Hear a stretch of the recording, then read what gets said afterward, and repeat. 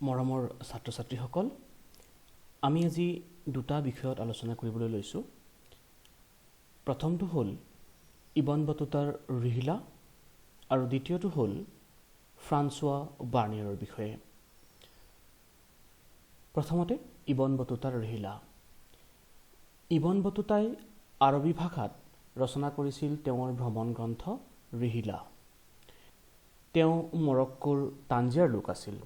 তেওঁৰ পৰিয়ালটোৰ ইছলামিক ধৰ্মীয় আইন কানুন তথা শৰীয়তত যথেষ্ট বুৎপত্তি আছিল আৰু পৰিয়ালৰ পৰম্পৰা অনুসৰি তেওঁ ডেকা বয়সতে সাহিত্যিক আৰু পাণ্ডিত্যপূৰ্ণ জ্ঞান লাভ কৰিছিল।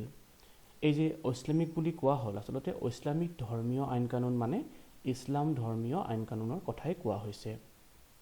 তেওঁ পুথিগত বিদ্যাতকৈ ভ্ৰমণৰ জৰিয়তে চাক্ষুষ অভিজ্ঞতাৰ জৰিয়তে লাভ কৰা জ্ঞান বেছি মহত্বপূৰ্ণ বুলি বিশ্বাস কৰিছিল।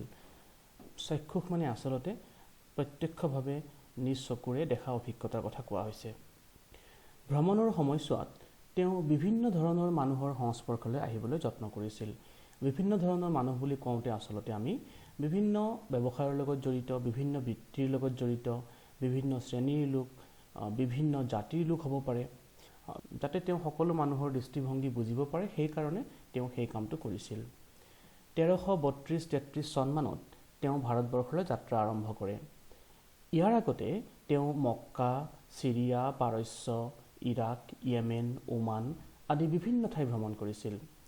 1333 চনত তেওঁ ভাৰতবৰ্ষত আহি উপস্থিত হয় আৰু ভাৰতবৰ্ষত আহি পোৱাৰ পাছত তেওঁৰ পাণ্ডিত্যত মুগ্ধ হৈ তেতিয়াৰ ভাৰতৰ শাসক মুহম্মদ বিন তুগলকে তেওঁক দিল্লীৰ কাজী তথা বিচাৰক হিচাপে নিযুক্তি দিয়ে।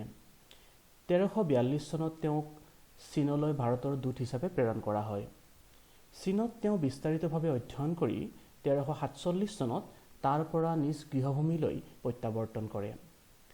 তেওঁৰ ভ্ৰমণ কাহিনীত তেওঁৰ সংস্পৰ্শলৈ অহা নতুন কৃষ্টি সভ্যতা, ভিন ভিন মানুহে পোষণ কৰা বিশ্বাস, প্ৰমূল্য আদিৰ বিষয়ে খুব সূক্ষ্মভাৱে বৰ্ণনা কৰিছিল।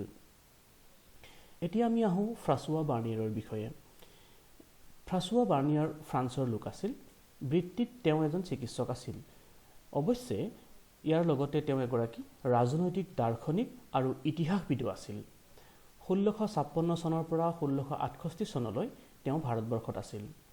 তেওঁ মোগল সম্ৰাট শ্বাহজাহানৰ জ্যেষ্ঠ পুত্ৰ দাৰা চিকুৰ ব্যক্তিগত চিকিৎসক আছিল।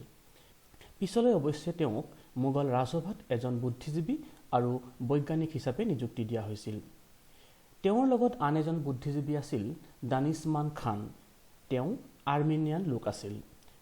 ফ্ৰান্সোৱা বাৰ্নিয়াৰৰ আগমনৰ আগে আগে ইউৰোপৰ বহুতো ভ্ৰমণকাৰী ইতিমধ্যে ভাৰতবৰ্ষলৈ আহিবলৈ লৈছিল। 1500 চনৰ আশে পাশে পৰ্তুগীজসকল ভাৰতলৈ অহাৰ পিছত তেওঁলোকৰ মাজৰে বহুতে ভাৰতৰ সভ্যতা, সংস্কৃতি, ধৰ্মীয় আচাৰ অনুষ্ঠান আদিৰ বিষয়ে বিস্তাৰিতভাৱে লিখিছিল। জেছুইট ৰবাৰ্টো নিবিলিকে আদি কৰি কেইবাজনে আনকি বহু ভাৰতীয় সাহিত্য ইউৰোপীয় ভাষালৈ অনুবাদ কৰিছিল। পৰ্তুগীজসকলৰ ভিতৰত বিখ্যাত আছিল দুৱাৰ্টো বাৰ্বোছা। তেওঁ দক্ষিণ ভাৰতৰ বেহা বেপাৰ আৰু সমাজ সম্পৰ্কে সুদীৰ্ঘ টোকা লিখিছিল। আন এজন বিখ্যাত পৰ্যটক আছিল জ্যা বেপ্টিষ্ট ট্ৰেভাৰ্নিয়াৰ। তেওঁ ফ্ৰান্সৰ লোক আছিল। তেওঁ ভাৰতবৰ্ষক ইৰাণ আৰু অটোমান সাম্ৰাজ্যৰ লগত তুলনা কৰিছিল। বহু সময়ত আনকি এই ভ্ৰমণকাৰীসকলৰ বহুতে ভাৰতত থাকিও গৈছিল। তেনে এক উদাহৰণ হ'ল ইটালীৰ চিকিৎসক মানুচিয়ে ভাৰততে স্থায়ী বসতি আৰম্ভ কৰিছিল। এই কথাখিনি আলোচনা কৰাৰ পাছত কেইটামান সাম্ভাব্য প্ৰশ্ন হ'ব পাৰে। প্ৰথম প্ৰশ্ন হ'ব পাৰে ৰিহলা গ্ৰন্থৰ ৰচক কোন? তাৰ পাছত হ'ব পাৰে ইবন বতুতাৰ বিষয়ে চমুকৈ লিখা, কোন চনত ইবন বতুতা ভাৰতবৰ্ষত আহি উপস্থিত হয়, ফ্ৰান্সোৱা বাৰ্নিয়াৰ কোন দেশৰ লোক আছিল, ফ্ৰান্সোৱা বাৰ্নিয়াৰ কাৰ ব্যক্তিগত চিকিৎসক আছিল, বাৰ্নিয়াৰ লগত মোগল ৰাজসভাত বুদ্ধিজীৱী হিচাপে নিযুক্ত আৰ্মেনিয়ান লোকজনৰ নামটো লিখা, জ্যা বেপ্টিষ্ট ট্ৰেভাৰ্নিয়াৰ কোন আছিল। এনেদৰে বিভিন্ন প্ৰশ্ন হ'ব পাৰে। ছাত্ৰ ছাত্ৰীসকলে এই প্ৰশ্নবিলাকৰ উত্তৰ লিখিবলৈ যত্ন কৰা উচিত।